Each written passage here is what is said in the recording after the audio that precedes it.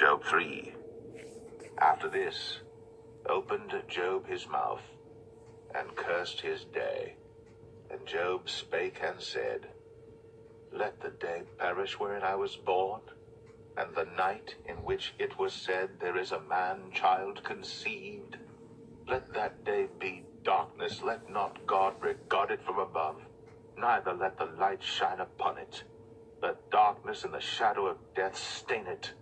Let a cloud dwell upon it, let the blackness of the day terrify it. As for that night, let darkness seize upon it.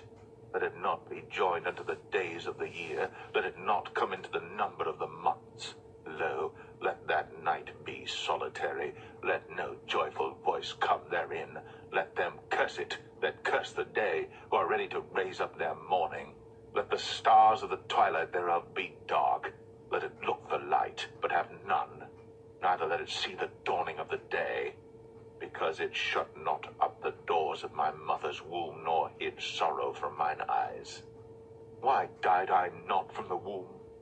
Why did I not give up the ghost when I came out of the belly? Why did the knees prevent me?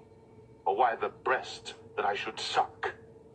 For now should I have lain still and been quiet, I should have slept, then had I been at rest. With kings and counselors of the earth, which built desolate places for themselves, or with princes that had gold, who filled their houses with silver, or as an hidden untimely birth I had not been, as infants which never saw light. There the wicked cease from troubling, and there the weary be at rest. There the prisoners rest together, they hear not the voice of the oppressor. The small and great are there, and the servant is free from his master. Wherefore is light given to him that is in misery, and life unto the bitter in soul, which long for death, but it cometh not, and dig for it more than for hid treasures, which rejoice exceedingly, and are glad, when they can find the grave. Why is light given to a man whose way is hid, and whom God hath hedged in? For my sighing cometh before I eat, and my roarings are poured out like the waters. For the thing which I greatly feared is come upon me, and that which I was afraid of is come unto me. I was not in safety, neither had I rest, neither was I quiet, yet trouble came. Job 4. Then Eliphaz the Temanite answered and said, If we essay to commune with thee, wilt thou be grieved? But who can withhold himself from speaking? Behold, thou hast instructed many, and thou hast strengthened the weak hands.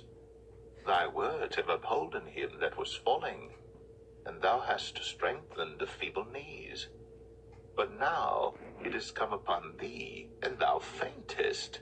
It toucheth thee, and thou art troubled. Is not this thy fear, thy confidence, thy hope, and the uprightness of thy ways? Remember, I pray thee, who ever perished being innocent? Or where were the righteous cut off? Even as I have seen, they that plow iniquity and sow wickedness reap the same. By the blast of God they perish, and by the breath of his nostrils are they consumed. The roaring of the lion, and the voice of the fierce lion, and the teeth of the young lions are broken. The old lion perisheth for lack of prey, and the stout lion's whelps are scattered abroad. Now a thing was secretly brought to me, and mine ear received a little thereof, in thoughts from the visions of the night, when deep sleep falleth on men. Fear came upon me, and trembling, which made all my bones to shake.